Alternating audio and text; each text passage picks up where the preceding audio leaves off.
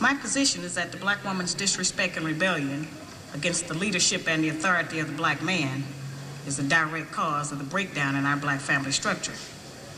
Now, of course, there are many black people who consider those fighting words because as black women, we have never been subject to the kind of examination that our men have been subject to since we have been here. We have been somewhat protected and shielded from any kind of critiquing about our personal behavior, whereas our men have always been up for examination. The book is not an attack on black women. I have never said that all black women do everything that I list in my book. None of us have lived long enough to do everything that I list in the book, but most of us do some of the things that I've listed in my book. And I do say that it is not because of generalizations that we are all victimized by some of the negative patterns of behavior in the book, but the book just represents our collective contribution. This is some of everything that we have done, or that we do daily, that contributes to the breakup of our relationship, the destruction of our man, and the failure of our children to be able to function. They did not tell us that all of that, being my own person and I'm independent, would lead to separation, loneliness, celibacy, and lesbianism. They didn't tell us that if you give up the man, you're gonna take one of these things and it's worse and it will destroy your nation. They didn't give us that information. They made us think that it was some kind of glorified position to brag about the fact that I got my own job, my own credit card, my own car, so I don't need no man. I don't even know how we got that mixed up. Ain't none of that got nothing to do with being with no man.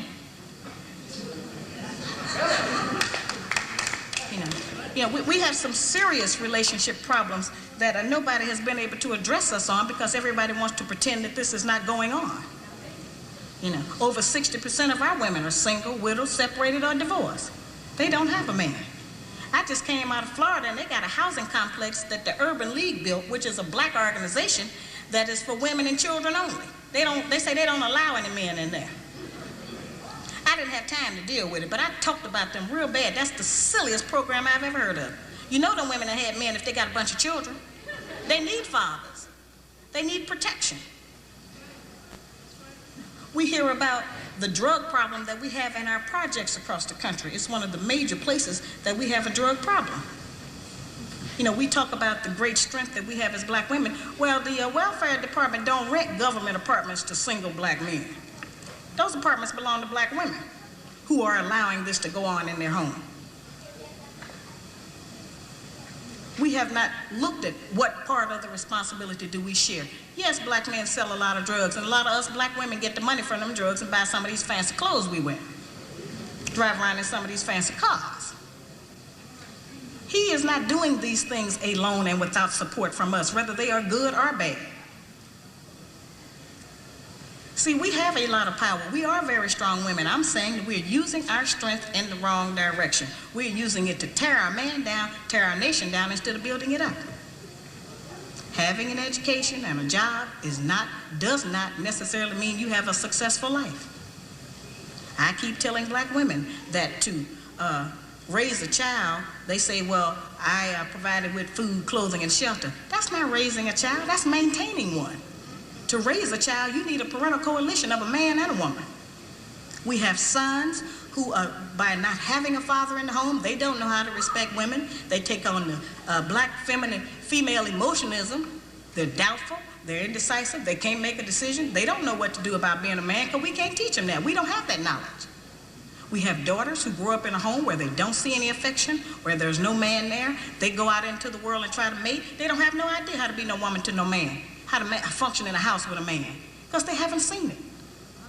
Most of our children, just like us, get all the information we have about how you be with a mate off television.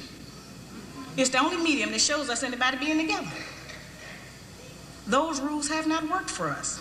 The white woman's liberation movement, we don't have anything to do with that. We have not been under the control of the black man for over 500 years, so what do we have to get liberated from them from? They haven't been our boss. That's the white woman and her man. They're going through that, and that's their business. We don't have any business being in that. They only introduced it to break down the civil rights movement.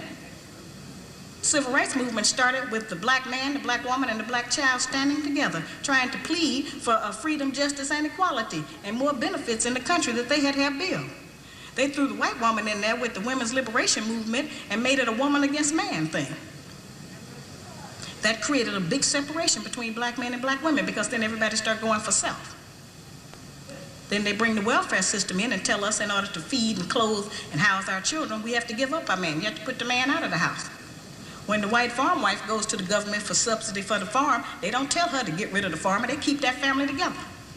But in the black community, they make it a requirement, because they want to keep endorsing into the black community that the black man is no good, and that he is not deserving of respect, he is not deserving of us letting him give us any protection or instruction, and that we are better than them.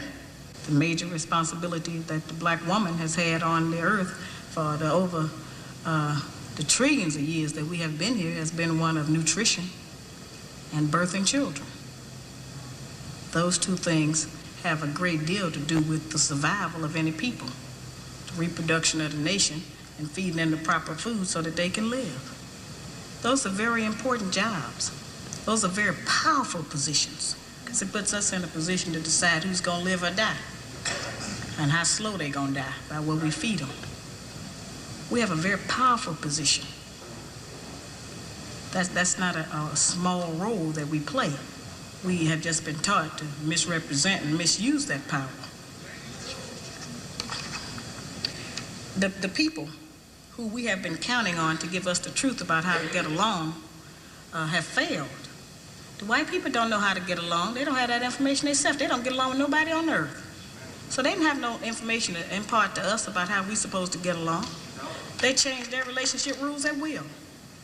We have, tons of black children around this country that I hear from who have grown up traumatized by the fact that they were referred to as the outside child.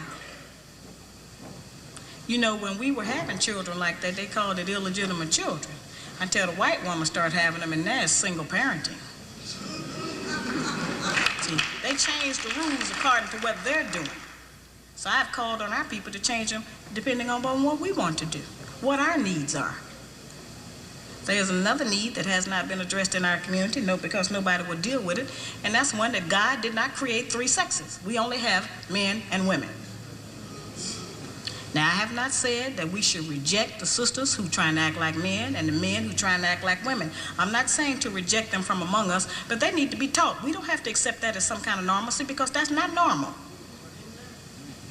I'm trying to demonstrate how they have set rules that they have forced us to follow that they don't even follow themselves. They change the rules to suit them when they get ready.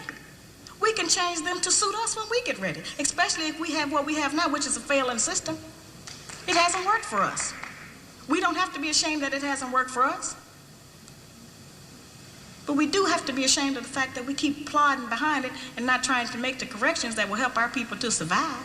He wants to keep us in this condition. He wants to keep us separated from our man, because he knows that the only door, the only route he has to destroy our black man is through the black woman.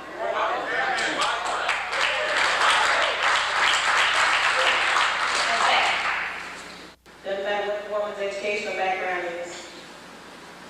In fact, we have proven that the more education we get, the more ignorant we get in front of our man.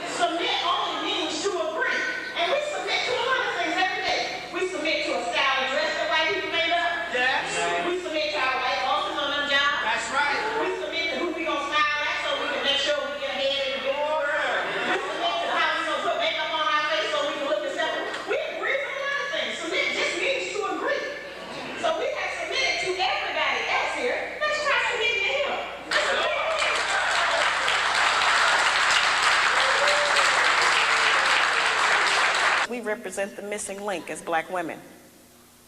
The black man has been dissected, examined, the white man, the white woman, and the black child. But it has been us as black women who have never been examined. We have been protected, we have been insulated, we have been kept from any kind of criticism about our personal behavior in the home and outside of the home, and we have been given the false compliment that we are the backbone of the black nation. There is no doubt in any community in this country that the men in those communities are the backbone of their nations. There is no doubt in the white community that the white man is the backbone of his nation. The European, the Buddhist, the Korean, the Japanese, the Hispanic, all of those men are the backbones of their community, and there's no doubt about it. It is only in the black community where those values have been transposed and where they put that burden on us and tell us that we are the backbone of the black community, which is a direct insult to the black man and implies that he don't have no backbone and that his women have to represent him. I remind people all the time that God did not make the white man, the white woman, the black woman, and then the black man. He made the black man first, and he created all of the rest of the people after him. In 1985, I was going about the country trying to still work to teach our people something, trying to get them to stop eating pork. And at that time, I was having what I call get off those hog lectures. And I would take the microscope out, and I would show black people how even if you cook pork, you couldn't kill the worm. I would show them that the worm was still alive in the meat after heat, because that's what they told us, that you could cook it and kill the worm. And so I would show them what it did to the brain and the spinal column. And so there were many black men who wanted to stop eating pork. They wanted to change their diets, and they were in agreement. But it was the black woman who I found who was the most adamant, who refused to change her cooking habits, who didn't want to shop differently, who didn't want to do any different meal planning. And so I say, well now, if we are refusing to provide the black man with the proper physical food when we know food is what sustains life, then what else are we keeping from him?